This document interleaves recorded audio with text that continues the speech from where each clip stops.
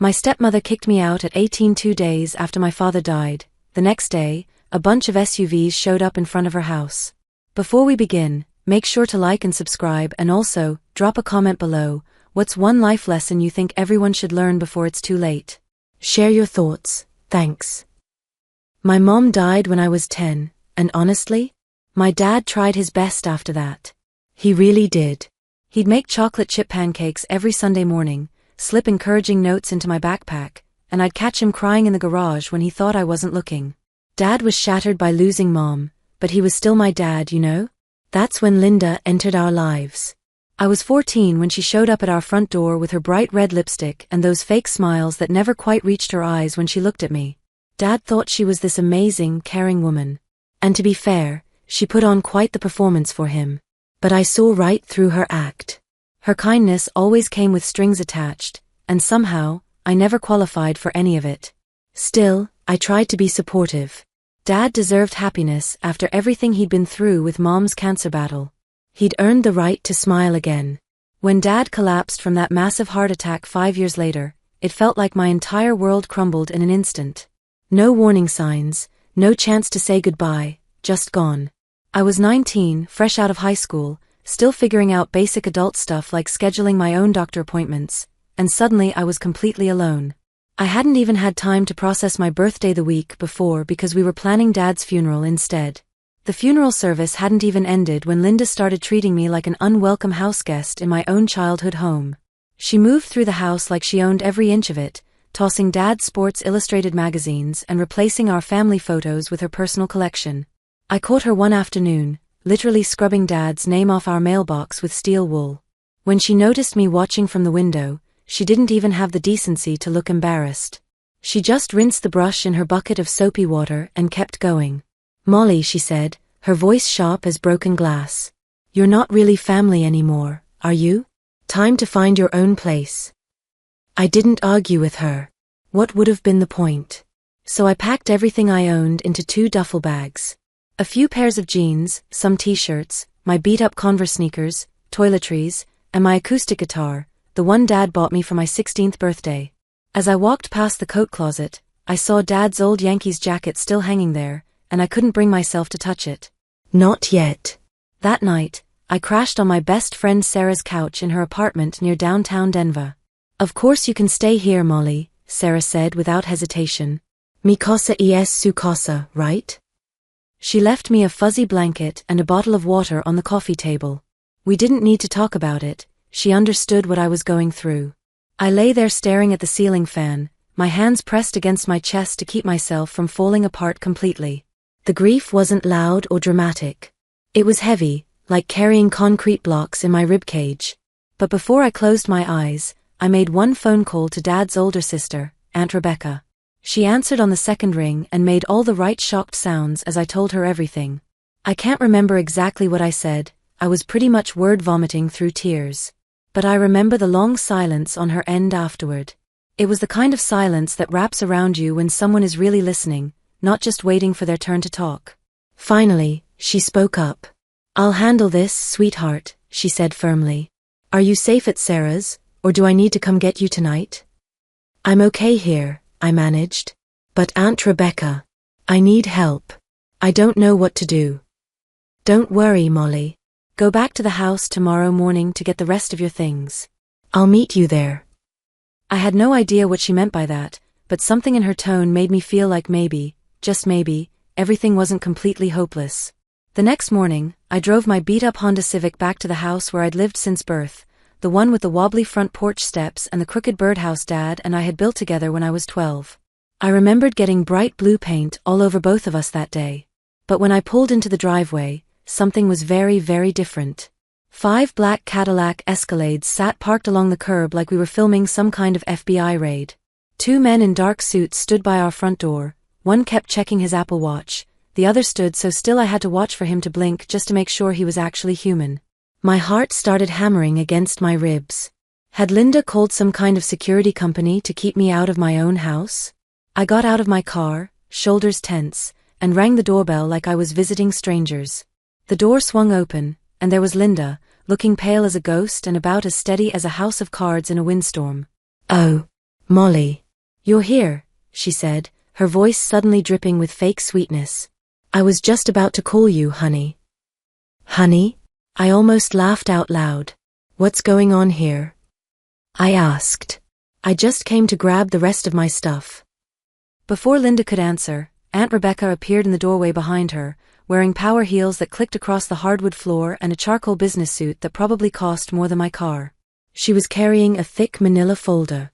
Perfect timing, Aunt Rebecca said with a smile that could cut diamonds. Come on in, both of you. My legal team is already set up in the living room. Right, Linda? I followed them inside, completely confused, while Linda trailed behind us looking like she wanted to either scream or throw up. Maybe both. In the living room, 2 lawyers sat at our dining table. One older guy, calm as anything, reading from a stack of official-looking papers. The other one younger, flipping through legal documents like he'd done this 1,000 times before. This is absolutely ridiculous, Linda snapped, pacing back and forth. You can't just barge in here and... Aunt Rebecca held up one hand. Sit down, she commanded. Stop talking, Linda. Let's not make this more complicated than it needs to be. Linda sat. Barely. I hovered near the doorway, anxious and confused, trying to make sense of this room full of suits and tension. What is this? What's happening? I asked quietly. Aunt Rebecca turned to me, her expression softening like she was looking at a scared kid instead of a 19-year-old. Your father never put Linda on the deed, sweetheart. He placed this house and all the property into a trust, in your name, Molly. He set it up right after your 18th birthday, Aunt Rebecca continued. He just didn't want Linda to know about it. But he never got the chance to explain it to you because... Her voice caught slightly, because he wasn't supposed to leave us so suddenly. This was something he planned to tell you much later in life, sweetie. You mean, the house is actually mine? I whispered. I remembered my 18th birthday party last year. Dad had looked at me with such pride when I told him I was taking a gap year to figure things out. He'd smiled and said he understood, that I should take my time. I had no idea he was planning for my future, a future he somehow knew might not include him. Aunt Rebecca had only remembered the trust when Linda started making moves, and she knew she had to act fast. That's impossible, Linda said with a harsh laugh. Michael would never do something like that without telling me. One of the lawyers slid a folder across the table toward her. This is a certified copy of the trust documentation, ma'am, he said calmly. You were allowed to live here temporarily under the terms of the trust, but now that the beneficiary has come of age and requested your removal, you no longer have any legal right to remain on the property. You can't just kick me out, Linda sputtered. You have exactly 1 hour to collect your personal belongings, the younger lawyer added. After that, anything left behind will be considered abandoned property. I felt like I couldn't breathe. The air in the room was thick and electric with tension. The house where I'd learned to ride a bike, where Dad taught me to make his famous barbecue ribs, where I'd cried over my first heartbreak, it was mine? This isn't over, Linda said, standing up and shaking. One of the lawyers handed her a checklist. Personal clothing and toiletries only. Nothing else. A man in a black suit moved to stand by the staircase, arms crossed, watching everything. Who are all these people? And why are there 5 Escalades outside? I whispered to Aunt Rebecca. She barely looked up from her paperwork. Private security, she said matter-of-factly. My business partner owns the company. I didn't trust Linda to leave quietly. Smart move. I didn't expect Linda to go quietly either. Linda stomped upstairs, muttering under her breath like an angry teenager. Clock's ticking, Aunt Rebecca called after her. Linda took 53 minutes to come back downstairs, dragging 2 oversized suitcases behind her like they weighed 1,000 pounds each. Her face was red and blotchy, her mouth pressed into a tight line, but her eyes were crystal clear, no tears she had any right to cry. She paused at the front door like she had something important to say. Maybe an apology, maybe some final insult to make herself feel better about the whole situation. But she didn't say anything. She just shook her head, looked down, and walked out into the bright Colorado sunshine like a ghost. One of the black Escalades followed her slowly down Maple Street until she disappeared around the corner. I stood in the doorway watching her go, then walked straight into the kitchen where Dad used to make his weekend omelets. Aunt Rebecca moved quietly around the kitchen, pouring 2 glasses of iced tea. She handed me one without saying a word, and we sat down at the same table where I used to do my math homework while Dad stirred chili on the stove or tried to recreate Mom's famous enchilada recipe. "Are you okay, sweetheart?" Aunt Rebecca asked. I nodded, but honestly, it felt more like muscle memory than truth. "I think so," I said.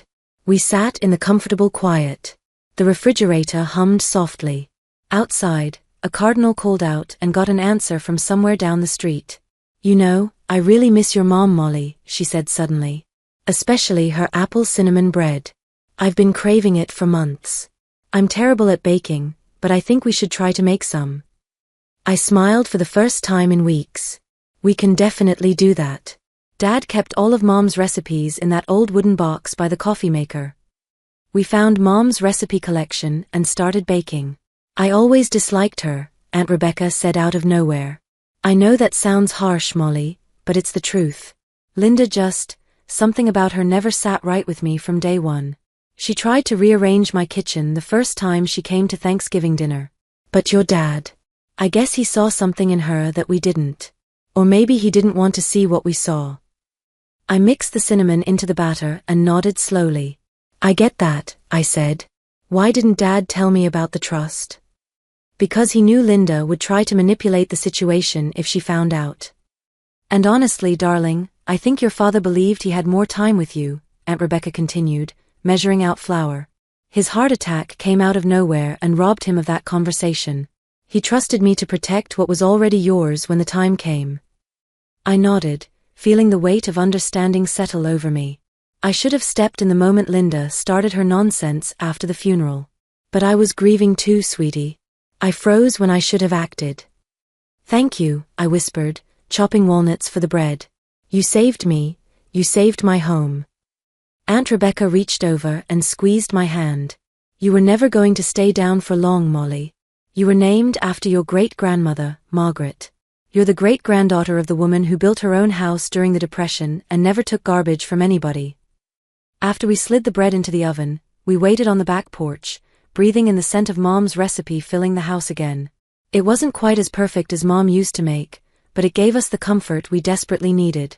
That night, I slept in my old bedroom for the first time in days. I didn't unpack everything right away. The walls still had tiny holes from posters I'd taken down years ago, and the corners smelled faintly of vanilla candles and old books. I opened my closet, half expecting it to be empty, but there it was, a plastic storage box of childhood memories that Dad had never let Linda throw away. I wandered through the house barefoot, every creaky floorboard welcoming me home like an old friend. In the hallway, I ran my fingers along the light switches Dad had labeled in his messy handwriting: front porch, kitchen, living room. In his bedroom, just his bedroom now, I hesitated at the doorway. The door opened quietly as I stepped inside. His closet was still full. Flannel shirts, worn hoodies, and the denim jacket he wore every autumn. I pressed my face into it without thinking. It still smelled like his cologne, like coffee, like Saturday mornings when he'd hum while making breakfast. I didn't cry. I just stood there, breathing him in. Later, I sat cross-legged on my bedroom floor with my guitar across my lap. The song I'd been writing since the funeral came back to me slowly, like muscle memory. It wasn't perfect. Neither was I. But the silence in the house felt different now. 3 months later, I'm sitting on the front porch steps Dad and I never got around to fixing, drinking coffee from his favorite Denver Broncos mug, watching the sunrise paint our street golden. The house feels like home again. I kept most of Dad's things exactly where he left them. His reading glasses on the kitchen counter, his coffee-stained copy of the Denver Post still folded by his chair, even his lucky fishing hat hanging by the back door. Not because I'm stuck in the past, but because these little pieces of him make the house feel warm instead of empty. I ended up not taking that gap year after all. Turns out, inheriting a house at 19 comes with responsibilities I never considered: property taxes, utility bills, maintenance costs. So I enrolled at Colorado State University for the spring semester, majoring in business administration. Dad would have gotten a kick out of that, considering he always said I had a good head for numbers. I'm working part-time at a local coffee shop downtown, and between my job and financial aid, I'm managing to keep everything afloat. It's not easy, but it's mine, and that makes all the difference. Aunt Rebecca comes by every Sunday for what we call recipe adventures, basically us attempting to recreate Mom's cooking with varying degrees of success. Last week we tried her famous green chili mac and cheese. It was, well, let's just say we ordered pizza afterward. I heard through my neighbor Mrs. Patterson that Linda moved to Phoenix to live with her sister. Apparently, she tried to contest the trust, but her lawyer told her she didn't have a case. Sometimes I wonder if she ever thinks about Dad, or if she just saw him as a means to an end. I don't hate her anymore. Honestly, I mostly feel sorry for her. She had a chance to be part of something real, and she chose to see me as competition instead of family. Sarah still comes over every Friday for movie nights.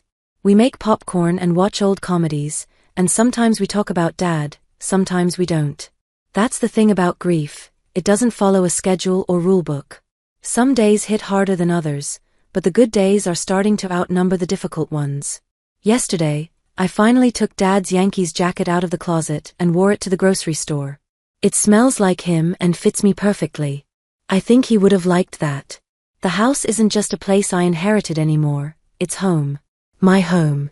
And I'm exactly where I'm supposed to be.